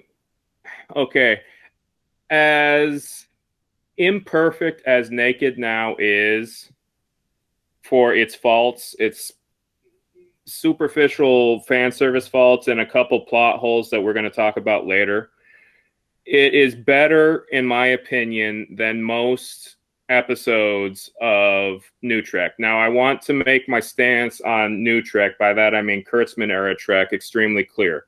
Yeah. I am willing to give Kurtzman Trek and those sorts of writers the benefit of the doubt on things. I was okay with Discovery Season 1. Season 2 is when it had problems and the writers fell apart. Picard, we're going to talk about that later. But the biggest thing that I have for new era, Kurtzman era Trek is you don't care about the characters. Case in point, there is a character in Discovery. Her name is Ariam. I did not know who this character was, how I was going to say they or it, but now it's a robot, but it was a former human. How this individual operates as a human being. Is this person a data person, a data type character? Who knows? Don't know. But I hope I'm not spoiling anything. Something cataclysmic happens to this character. And the actress playing this character gives a phenomenal performance. But unfortunately, that's all it is, a performance. I know, Mr. Beta, you haven't seen Discovery, but It is hauntingly effective. Interesting. Nice. But if I knew anything about this character, I would feel more about it. And I would say it's sublime. I'd say it's this. But that's the thing. All these characters in New Trek aren't involved in episodes where you can examine their psyches and examine their characters and see how they think and say, oh, that's so Berman, or that's so Pike, or that's so, Saru. Sure. Not to the extent that you do in Next Generation. So this is where it really succeeds. And this is where, if anybody who's involved in these new Star Trek shows is listening, this is where I think you folks can improve. Characters are expanded. This is one of the reasons why I think the fan service is justified. Is it's the plot device that everybody's familiar with that doesn't need to be explained, so that it allows the audience to examine how the characters operate. Because you see a psychological profile of many of the characters, all essentially except Worf. Geordi is sensitive about his blindness. There's an 11-year payoff with that in Insurrection. I forgot about that. Yeah, for sure. Yeah, he talks about never seeing a sunrise or a rainbow, and then he sees a rainbow or sunrise. Yar, we talked about Yar as being intense in the first episode, Encounter at Farpoint. She's at odds with showing her femininity and balancing that with her hardened persona as a result of growing up on a lawless, failed colony. Data, we learn about him, for better or worse. He is anatomically complete. Didn't need to know that, but they spent the time to explain that. And I also noticed... in the third episode. And he acts more human when drunk than sober. I noticed that too, and that's one of the failings that I think this episode has. But they took the time to explain that, and there's things that you can learn about his character there after he explores humanity with Yar. Oh yes, we'll get there. But he explains part of his psyche, and Crusher and Picard, those feelings get explored. Wesley resents adults, and his disproportionate talent compared to his youth is a chip on his shoulder. He thinks he can do things better than the adults. That's a wonderful piece of characterization, which is examined over and over again for better or worse in the rest of the show. And Riker's arc is established here too. His Imzadi, his beloved, comes with a potentially fatal disease, and all he can think about is the duty of the ship. And that concept of putting duty over relationships pretty much stays the norm until Best of Both Worlds. So all of that is, again, by the third episode or second, depending on how you want to cut Encounter at Farpoint, they do so much heavy lifting in terms of making you care about these characters than they ever have in any new Trek. So. I think that's a great breakdown of those characters. And like you said, we basically get a little bit more on each of them, less Worf. But again, we know Worf's going to be kind of a late bloomer in this series overall. Definitely. As Denise Crosby's kind of in his role right now. Some things that I also thought worked about this. Again, I saw that Data Riker away team work at the very beginning, and I'm just on this kind of feeling kind of this Kirk Spock thing again, and I'm enjoying that relationship and seeing that. We get a chief engineer finally, and we know we need one. We know we need to approximate the work that Scotty does. We obviously need that role. And it's going to change a couple more times in the next few episodes, too. Does it change twice more or just once more? I'm going to have to take a look at that. Yeah, I'm going to say it changes twice more before we get Geordi. So there's like 3 chief engineers, then Geordi's the 4th. I don't know if I'd gamble on that, but I'm going to say that there's definitely one more where no one has gone before. But are there 2 more? That's the question. So it's fun to see. This one's named McDougal. McDougal, that's right. That was again, trivia. It's a white woman. White, it's McDougal. Exactly. McDougal. You got a Japanese assistant who is not the chief engineer and where no man has gone before, and where no one has gone before. So Well, and that's the thing too. If I may point up something from Roddenberry allegedly believed that having a counselor was more important than a chief engineer because at this point in human history, technology takes care of itself. Yeah, yeah, Humans can't. So that's an interesting point there, and I'm kind of glad that they took Geordi away from his yes. position and made him chief. But And it's definitely, just, yeah, I think it's just from a, thinking about this from a storytelling point of view, it's just more interesting to put Jordy down in engineering and not have everyone on the bridge. You mm-hmm. know, just because A, we get a different set and it's something visually interesting, and B, there are so many cool storylines that are going to go take place down in engineering. It's important to have a character that we like and can connect with down there.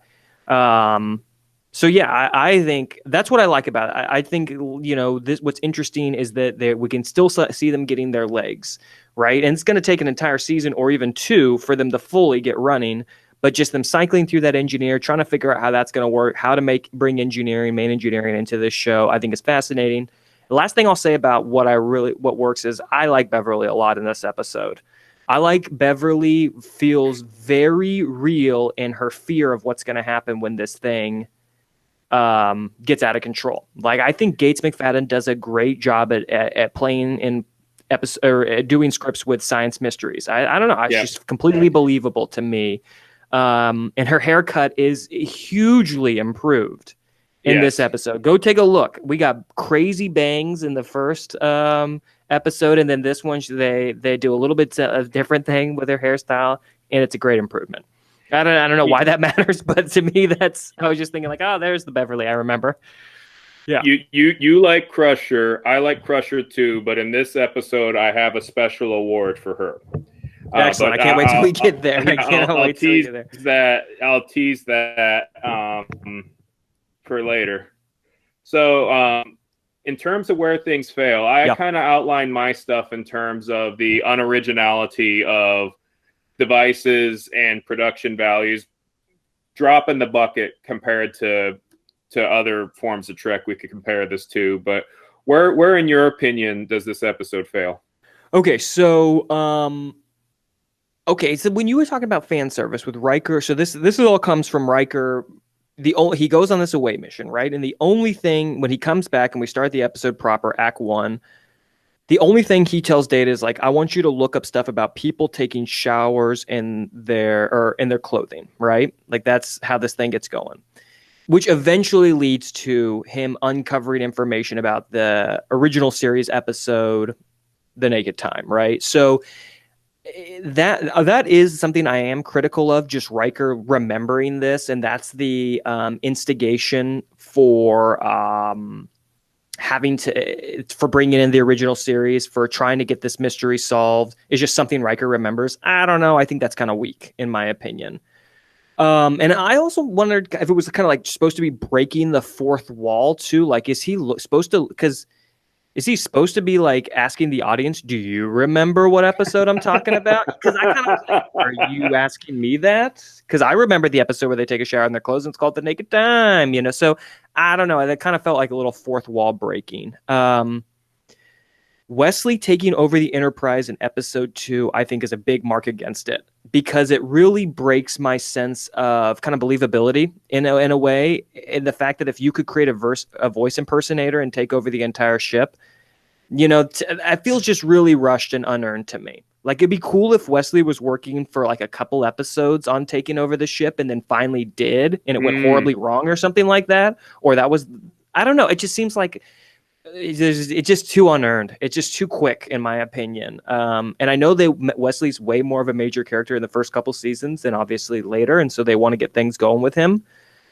But yeah, those are my biggest things. Outside of that orchestral soundtrack too, it's like we know that it's bad when a star blows up. We don't need you to like put in that big fanfare violin extravaganza, to make us realize it. That is just not necessary. And they would start cutting that out later, which I really like. And they let the actors, their performance carry the intensity of the scene, how intense we're supposed to be taking it.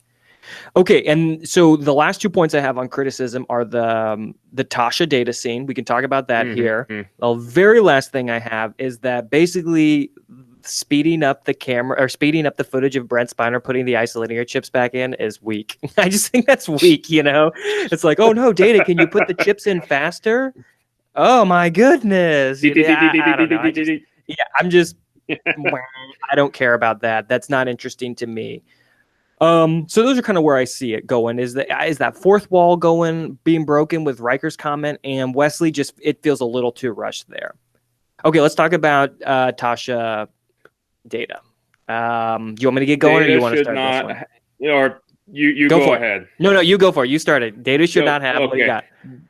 Data should not get the virus. There, when you take into account everything else that's been established about Data, considering he's an artificial life form, anytime they have a situation in which there's a biological contaminant or some sort of force that is hazardous to organic life, Data is immune to that. I don't know where they were going with. I don't know why they decided to have Data express himself physically. Let's just put it that way, and use that part of his programming. It makes no sense for that. Does he get the virus from Tasha, or does he get it from somewhere else? It's implied that he gets it from Tasha. Yeah. Got it. So it's like an STD in this scene too. Oh, yeah. It's really strange. Yeah. There's. Go ahead. Okay, so a couple things that I'm critical of this scene. And first of all, I got no problem with Denise Crosby and Brent Spiner's acting. I got no problem with that. I'm way more critical of the script. So in the script, Tasha says that when she was 5 years old, she learned how to avoid the rape gangs. And this is followed by dialogue that then reads, "What I want now is gentleness and joy and love." And to me, I get why those are put side by side. But the rape gang part feels incredibly shocking, especially in an episode about drunkenness. You know, and I'm really worried in context of an American audience who Americans picture when they picture rape gangs. You know, like this is definitely a phenomenon that exists contemporarily. There's no doubt in my mind, gang rape. How much we want to talk about this on this episode, I don't know if we can in too much detail. But my point is, it is real, and I do feel like it could very well be fair game for a television series even to explore. Yet, whoa, it's really shocking, and it just is brought up, and then it goes away, and then dropped. And then drop completely. And then Tasha doesn't even want a relationship at the end of the episode with Data. She basically says it never happened. So I don't know. It's really interesting to bring up some deep characterization about Tasha and then to drop it completely. And just in the context of this episode, especially with drunkenness and American audiences, I don't know. To me, it's just, wow, I can't believe they went there. That's the scene basically is the same if they don't mention that, which is why I think it's no good and in some respects, you know? Yeah, no, that your perspective there is extremely poignant because it is extremely intense. And that definitely brings up a strong point of discussion, whether we continue that discussion here and now or later on remains to be seen. But that is a very, as I said, that one word, if you cut that word out, the scene plays out from a functional standpoint very much the same because they don't explore it again. Exactly. 5 years old, I learned how to avoid the gangs is exactly the same outcome. Yeah. So, and 5 years old, that brings up child sexual abuse. So it's just all sorts of like, I'm not really sure what they were going for, or how that got past the showrunners when all is said and done, you know? Season 1, as we're going to see in our next podcast episode, plays fast and loose with volatile material. And that's we see a glimpse of that in this episode, to be sure. So absolutely. With that in mind, so we've established that Data getting the virus makes no sense. So Yeah. Every Yeah. so often, when circumstances allow it, um, I'd like to issue challenges, and Mr. Beta, you can issue I'm up. challenges too. But Great. this first challenge that we have here is, since it's established later on in the show that Data has no biological components and therefore it makes no sense for him to get the Psi 2000 virus here, there is one character in this entire episode that does not get infected, and that's Worf. And Yeah. from my perspective, between him and Worf, between Data and Worf, Worf is a better candidate of getting the virus because he is organic. He's an organic life form as opposed to an artificial life form. So I'm Yes. curious to hear your perspective on this, and then I'll tell you mine. So here's my plot twist challenge. What would happen if Worf got the virus instead of Data? Okay. So this is really interesting because we don't have a lot of characterization for Worf. We do know he wanted to ask to clean up the bridge and remove Q. So we've got a little bit of characterization for Worf. So to be honest, how would it work? I think honestly it would bring out more of Worf's military or combat instincts, and I think he would end up maybe fighting someone, Mm-hmm. and it would make a major inconvenience. Maybe he goes down to engineering and he beats up the assistant chief engineer, and that's why they can't get the Mm-hmm. isolinear chips back in or something like that. I don't instead of just the chief engineer being a fool and pulling them out. I don't really know. To be honest, I don't. I guess it depends how Worf gets it, but I don't. I still see Data sleeping with Tasha. I don't know if that changes anything because Data is technically sober when that happens, so I'm not sure if that plot point changes. But yeah, I can see maybe Worf getting in a fight or something like that, and causing something bad to happen that way. What's your I twist on like that? I like the engineering bit. I think that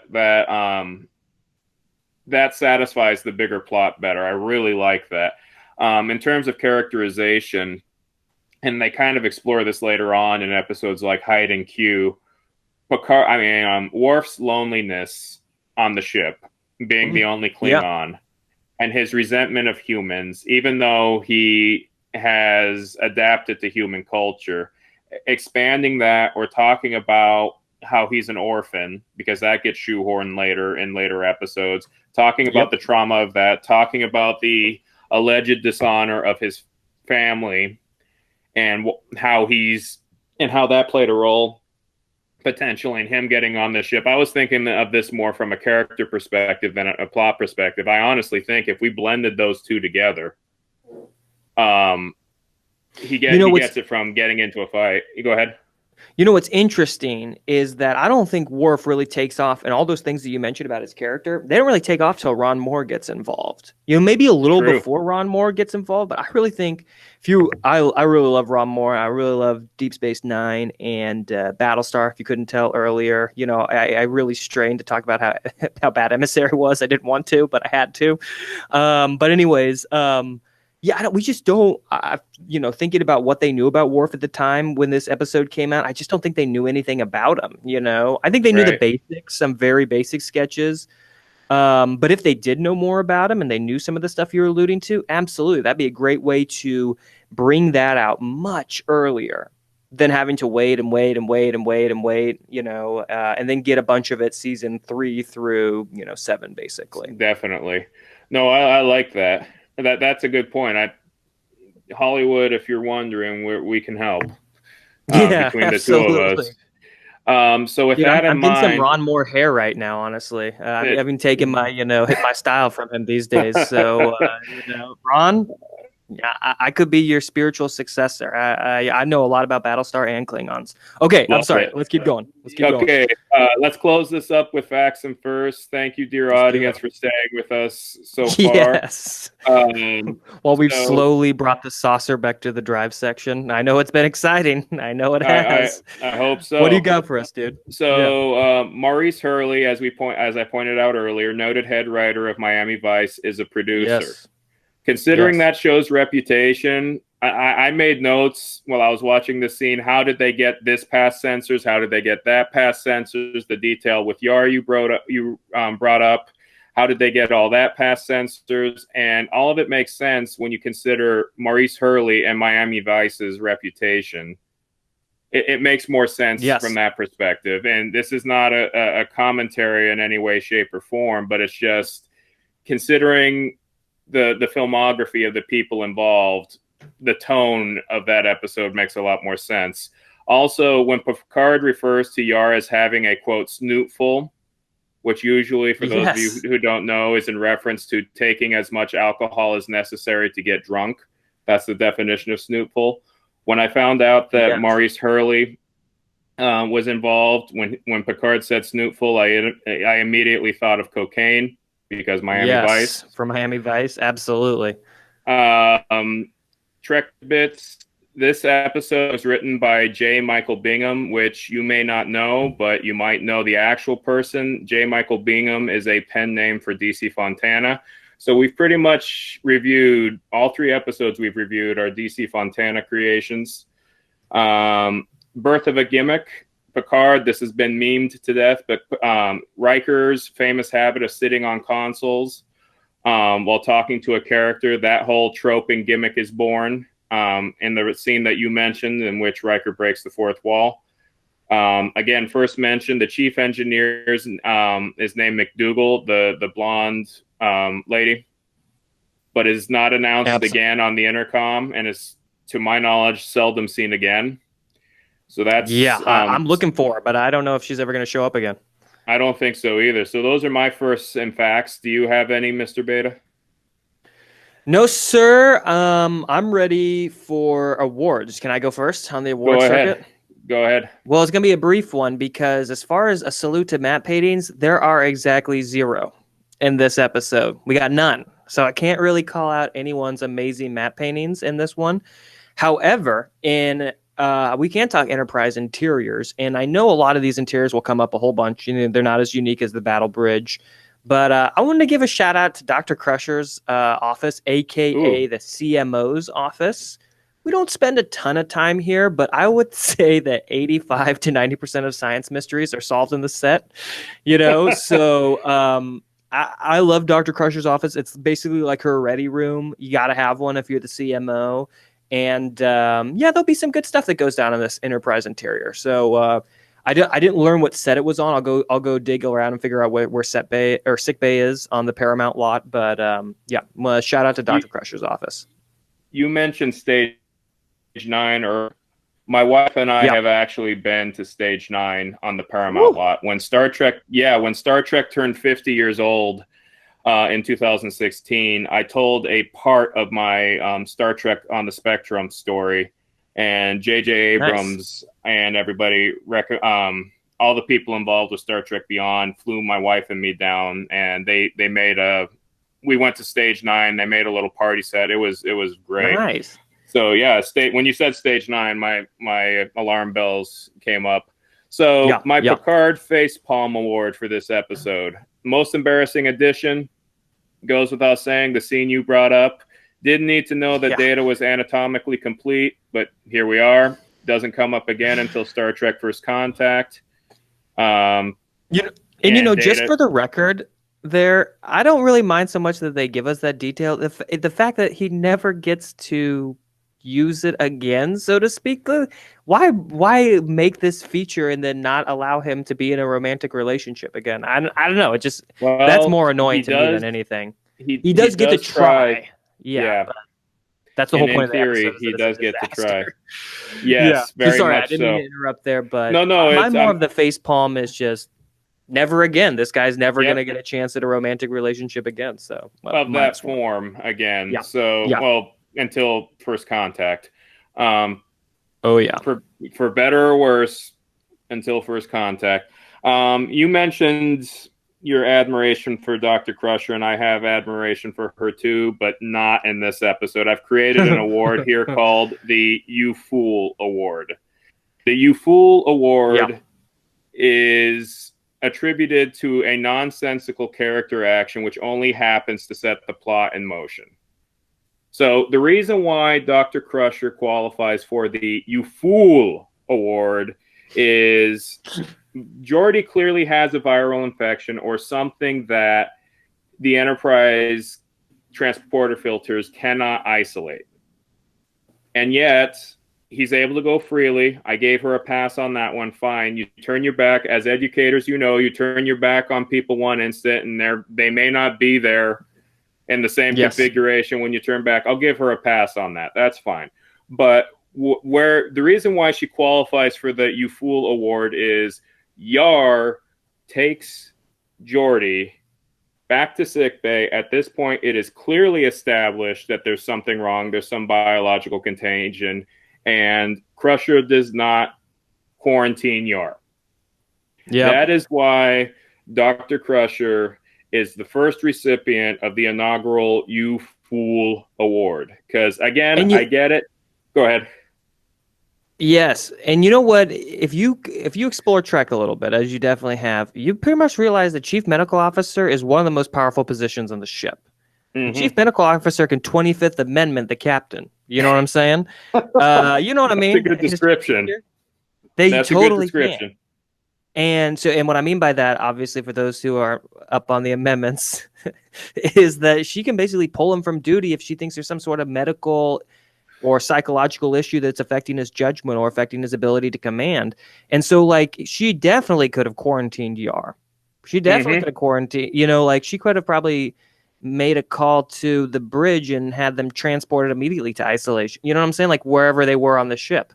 Wouldn't have even been an issue. But, yeah, then you couldn't have an episode if there was quarantine. It would make for a really boring episode. unless you twisted the plot, and I wrote this down in my notes. You quarantine Yar, but the virus becomes airborne. Yeah. And that's how you get that's how you get Worf getting sick. That's how everybody gets sick except maybe Data. So a couple tweaks to the script to make it great, because the big twist to this is the original Dr. McCoy serum doesn't work perfectly. Instead of doing that, or perhaps in addition to doing that, you twist the plot so that everybody's quarantined, but the virus goes airborne. So but maybe it's because current events have tainted my opinion of how viruses work. But definitely, I again, Hollywood, if you want, I mean, we can do both. The only other thing I can think of exactly. The only other thing I can think of is, like, make Tasha break out of quarantine somehow. Make it a really dramatic decision whether she has to stay in or she has to break it for some reason. You know what I'm saying? Like, the decision to stay and safeguard the health of the crew or risk it, and then make that risk pay off somehow, and maybe in the fifth act. Yet obviously acts 3-4 go really badly because of the risk taken. I don't know. Just you're right. You simple fix airborne, or come up with a more complex character decision to get her out of quarantine. But you're absolutely right. Crusher's a fool for not quarantining someone with a virus. That's like, you don't even need to go to med school to learn that. You know. Yep. Just had to be a teacher in 2020. You know. Yes, exactly. Well said. Respect for Dr. Crusher. Love the character, but that one was her bad. Somebody had to eat it, and it happened to be Crusher this episode. So hey, it's probably going to happen again. Let's be honest. What's that? It's probably going to happen again. Her getting that award. If we get to Sub Rosa, for example, a few episodes come to mind. Yes, that's exactly what I was thinking of. So with that in mind, we are several hours into this episode. As they say in Hawaiian, mahalo nui loa, that means deepest thanks, the deepest thanks imaginable. Mahalo nui loa for all of you who have stayed tuned with all this. With in mind, I have been Captain Kanaka. You can follow me currently on Monocoa Enterprises. I'm developing a YouTube channel in which I explain how to use science fiction and culturally responsive teaching for lesson plan designs. And I'm also available on Teachers Pay Teachers under Monocoa Enterprises. That's the title of my store. That's my handle. And perhaps next episode, I can explain how I came to that if there's interest. So that's me. Would you like to sign off, Mr. Beta? Yes, this at ScholarBeta here, science fiction teacher up in Portland, Oregon. Thanking everyone for paying attention to this, or whoever subscribes or chooses to continue to pay attention to our ongoing discussion of Trek.